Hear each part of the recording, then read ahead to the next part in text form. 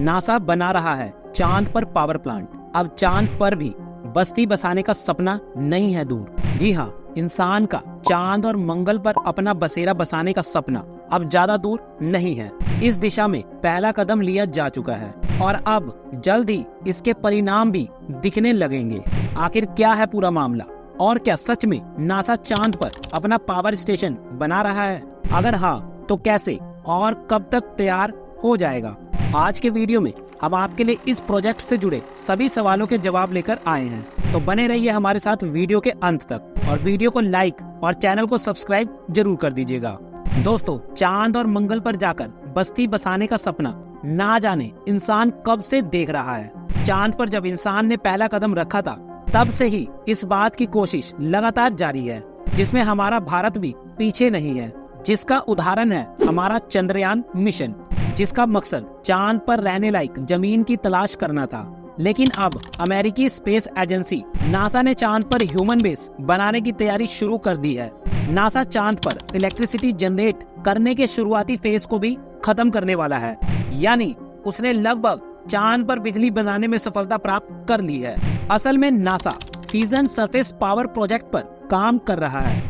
इस प्रोजेक्ट का मकसद है कि चांद और मंगल पर बिजली पैदा की जाए। इसका फायदा ये होगा कि फ्यूचर में जब कोई स्पेस मिशन लॉन्च किया जाएगा तो एस्ट्रोनॉट यहाँ से पावर सप्लाई ले सकेंगे और यहाँ रुककर रेस्ट भी कर सकेंगे। ये नासा का एक बहुत ही एम्बिशियस प्रोजेक्ट है, क्योंकि इस प्रोजेक्ट के पूरा होने से स्पेस एजेंसी में क्रांति आ जाएगी। इसके बाद स्पेस मिशन लॉन्च करना काफी आसान हो जाएगा। अगर जब किसी स्पेस मिशन को लॉन्च किया जाता है तो स्पेस क्राफ्ट को लगातार पावर सप्लाई करना एक मुश्किल टास्क होता है, क्योंकि एक बार पावर सप्लाई खत्म होने पर स्पेस क्राफ्ट काम करना बंद कर देता है। लेकिन अब वैज्ञानिक चांद पर से ही किसी भी स्पेस क्राफ्ट को पावर सप्लाई दे सकेंगे, जिससे स्पेस क्राफ्ट स्पेस में और भी लंबी दूरी तय कर सकेंगे। नासा इस प्रोजेक्ट पर काफी लंबे समय से काम कर रहा है और इसके लिए वो काफी पैसे भी खर्च कर रहा है। 2022 में नासा ने चांद पर इलेक्ट्रिक पावर जनरेट करने के मकसद से रिएक्टर बनाने के लिए 5 मिलियन अमेरिकी डॉलर के 3 कॉन्ट्रैक्ट दिए थे। इसके तहत उन्हें शुरुआती डिजाइन बनाने का भी कॉन्ट्रैक्ट दिया गया था। अगर पृथ्वी के बाहर न्यूक्लियर पावर प्लांट बनाने का नासा का ये प्रोजेक्ट सफल हो जाता है तो ये एक बहुत बड़ी सफलता होगी और नासा ने ये कंफर्म कर दिया है कि इस प्रोजेक्ट का पहला फेज सफल हो चुका है, यानी कि आने वाले समय में स्पेस में भी आपको झिलमिलाती रोशनी देखने को मिलने वाली है। चांद पर जब भी कोई मिशन लॉन्च किया जाता है तो वहाँ पावर सप्लाई की समस्या होती है, क्योंकि चांद पर 15 दिन तक ही सूरज की रोशनी रहती है, जिस वजह से सोलर एनर्जी यहाँ काम नहीं कर पाता। आपको याद होगा कि चंद्रयान 3 को भी इसी तरह से डिजाइन किया गया था कि वो केवल तब तक ही काम कर सकता है जब तक कि चांद पर सूरज की रोशनी पड़ती रहे। इसीलिए चांद पर लगातार बिजली सप्लाई के लिए वैज्ञानिक किसी अल्टरनेटिव सोर्स ऑफ एनर्जी की तलाश में थे, जिससे सूरज के ना होने पर भी लगातार बिजली की सप्लाई हो सके। और इसका जवाब मिला न्यूक्लियर रिएक्टर के रूप में, क्योंकि ये एक ऐसा एनर्जी सोर्स है जिसके माध्यम से बिना सूरज की रोशनी के भी लंबे समय तक एनर्जी प्राप्त की जा सकती है। नासा ने तय किया कि चांद पर एक न्यूक्लियर रिएक्टर सेटअप किया जाएगा। इस रिएक्टर का वजन 6 मैट्रिक टन होगा, जो 40 किलोवाट की बिजली पैदा करने में सक्षम होगा। इतना ही नहीं, अगर इस प्रोजेक्ट में सफलता मिली तो ये चांद पर लगातार 10 साल तक बिजली देने में सक्षम होगा। एक बार चांद पर न्यूक्लियर प्लांट तैयार हो गया, फिर चांद पर कोई और काम भी शुरू किया जा सकेगा। इस प्लांट से ऊर्जा लेकर ऑक्सीजन पैदा करने के प्लांट भी लगाए जा सकते हैं और बिजली भी बनाई जा सकती है।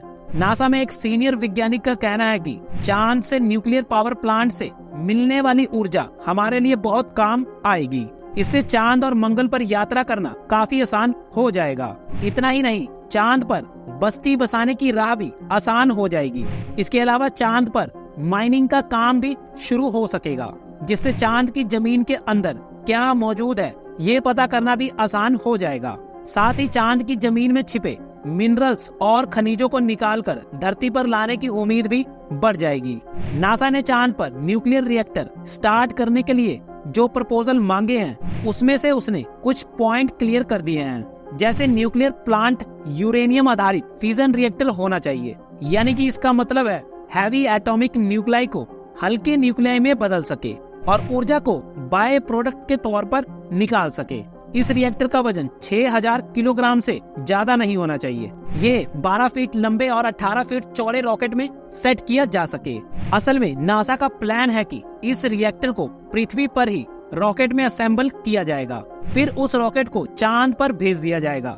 चांद पर पहुंचने के बाद ये रिएक्टर 40 किलोवाट एनर्जी को जनरेट कर पाएगा, जिससे अगले 10 साल तक चांद पर बिजली सप्लाई की जा सकती है। नासा के अनुसार इस रिएक्टर में सेल्फ कूलिंग का इंतजाम भी किया जाएगा, क्योंकि चांद पर दिन के समय तापमान 127 डिग्री सेल्सियस तक पहुंच जाता है। इसीलिए सेल्फ कूलिंग रिएक्टर इसके लिए बहुत जरूरी होगा, वरना रिएक्टर में ब्लास्ट हो सकता है।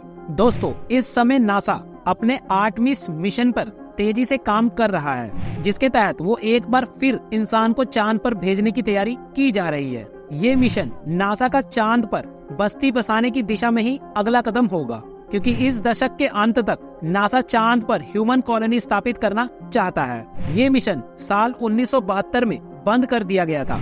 उसके बाद अब एक बार फिर इसे शुरू किया जा रहा है। इसका बजट लगभग $93 बिलियन यानी 6.98 लाख करोड़ रुपए है। इस मिशन का लास्ट फेज 2025 में शुरू किया जाएगा, ताकि 2030 तक इसे चांद पर लॉन्च किया जा सके। ये रिएक्टर पहले 1 साल तक चांद पर ट्रायल बेस पर काम करेगा। अगर ये सफल रहा तो अगले 9 साल तक इसे लगातार काम करने दिया जाएगा। ये प्रोजेक्ट पूरी तरह से सफल रहा तो बाद में इस तकनीक से मंगल ग्रह पर भी न्यूक्लियर पावर प्लांट लगाया जाएगा। यानी कि नासा का प्लान पूरे स्पेस को जगमगाने का है। वहीं अब नासा के अलावा कई दूसरे देश में भी चांद पर एक के बाद एक मिशन लॉन्च कर रहे हैं, जिसमें हमारा भारत का नाम भी शामिल है। भारत भी चांद पर जल्द ही एक और मिशन लॉन्च करने वाला है, जिसे चंद्रयान 4 भी कहा जा रहा है, जिसमें जापान भारत की मदद कर रहा है। कुल मिलाकर जल्द ही चांद इंसानों के लिए एक टूरिस्ट प्लेस बन जाएगा। दोस्तों, क्या आप भी चांद पर घूमने जाना चाहेंगे? अगर हाँ, तो कमेंट में जरूर लिखें। वीडियो को लाइक करके चैनल को सब्सक्राइब करना ना भूलें। मिलते हैं ऐसे ही किसी और इंटरेस्टिंग टॉपिक के साथ। तब तक के लिए धन्यवाद।